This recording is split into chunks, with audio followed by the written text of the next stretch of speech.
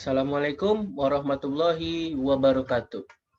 Baik, nama saya Tengku Ihsanul Rabani dari kelas PMM 1 semester 1. Sebagai tugas UAS saya akan membahas tentang puisi dan pantun. Di mana PowerPoint ini dikerjakan oleh rekan saya. Alasan saya memilih PowerPoint ini karena sangat mudah dipahami, juga isinya itu lengkap dan dapat kita cermati bersama-sama. Baik, langsung saja. Yang pertama adalah puisi.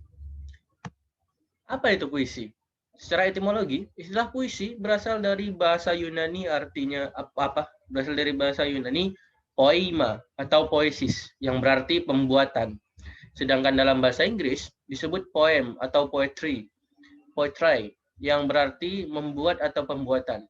Karena lewat puisi, pada dasarnya seseorang telah menciptakan suatu dunia tersendiri, yang mungkin berisi pesan atau gambaran suasana tertentu, baik fisik maupun batiniah. Definisi puisi cukup banyak.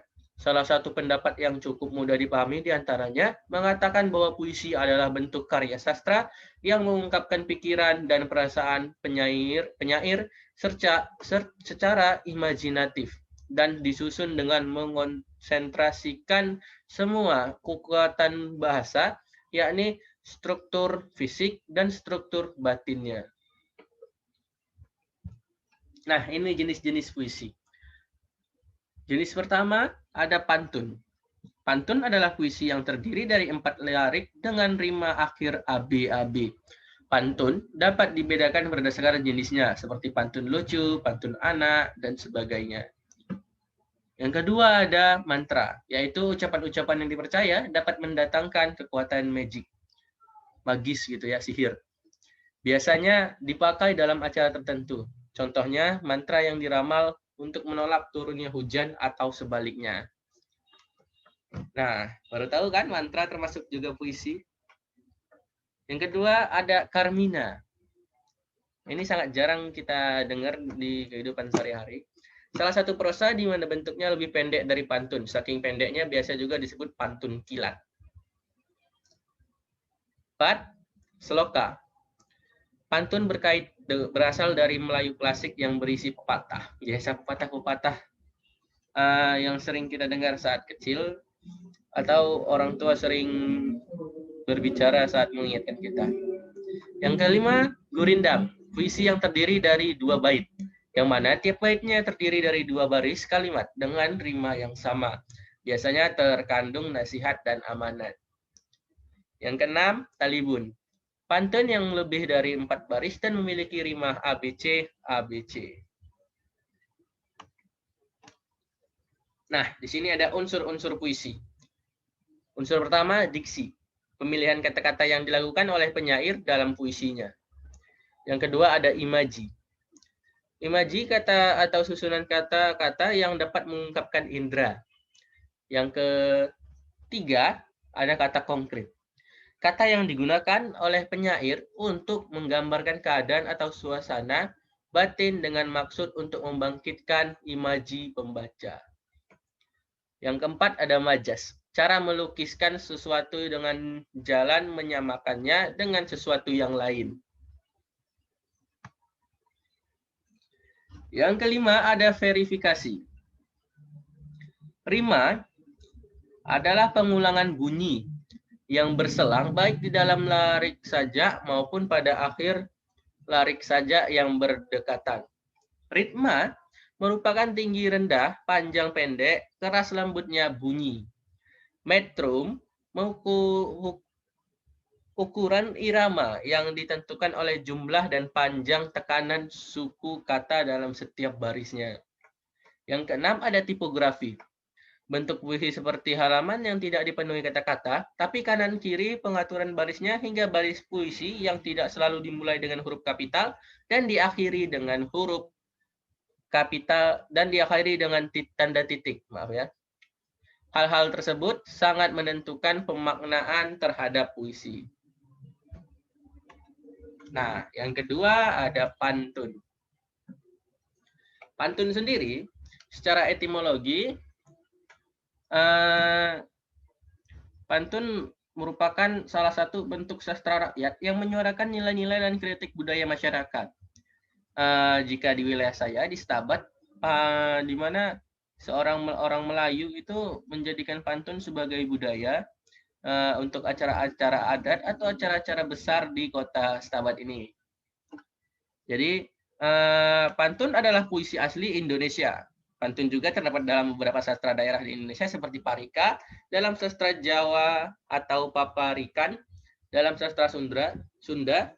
Orang yang pertama kali membentangkan pikiran dari hal pantun Indonesia adalah H.C. Klinkert dalam tahun 1868.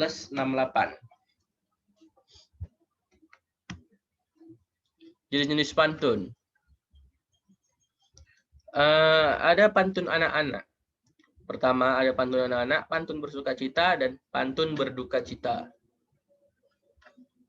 Yang kedua ada pantun orang muda, pantun dagang, pantun jenaka, pantun berkenalan, pantun beriba hati, pantun muda, pantun berkasihan-kasihan. Yang ketiga ada pantun orang tua, pantun adat, pantun agama, pantun nasihat. Nah, unsur-unsur pantun. Pantun memiliki dua unsur pembentuk, yaitu unsur intrinsik dan unsur ekstrinsik. Unsur intrinsik adalah unsur yang berasal dari struktur pantun itu sendiri. Unsur intrinsik dalam pantun terdiri dari tokoh, tema, amanat, setting atau latar tempat dan waktu, plot atau alur, dan lain sebagainya.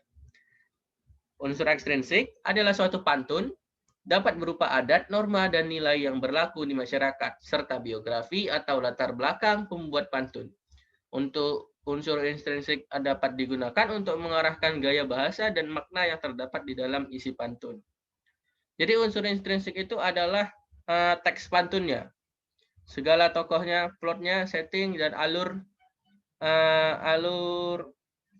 suasana dalam pantun tersebut. Seperti contohnya pantun pernikahan. Dengan ekstrinsik itu logat bicaranya. Seperti yang kita tahu, logat dari Betawi, pantun Sunda berbeda dengan pantun Melayu. Nah, ini contoh pantun. Nah, kalau puan, ini puan biasanya pantun Melayu. Karena puan itu bahasa Melayu ya. Kalau puan perana, ambil gelas di dalam peti. Kalau puan bijaksana, binatang apa tanduk di kaki. Sekuntum bunga dalam padi, ambil batang cabut uratnya. Tuan sepantun selangit setinggi, bolehkah berlindung di bawahnya? Dalam di sini pantun di sini memiliki banyak arti ya. Maksudnya arti makna yang sangat dalam. Kalau puan bijaksana, binatang apa tanduk di kaki? Memiliki makna yang dalam juga. Dengan perkataan binatang apa tanduk di kaki.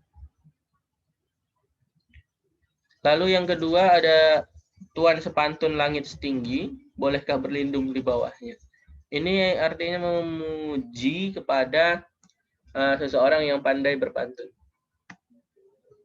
Nah, terima kasih atas perhatiannya.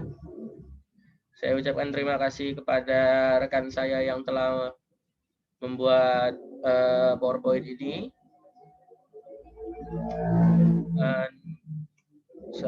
Apabila saya ada salah kata, saya mohon maaf. Kepada Allah saya mohon ampun. Wabillahi taufiq wal hidayah. Assalamualaikum warahmatullahi wabarakatuh.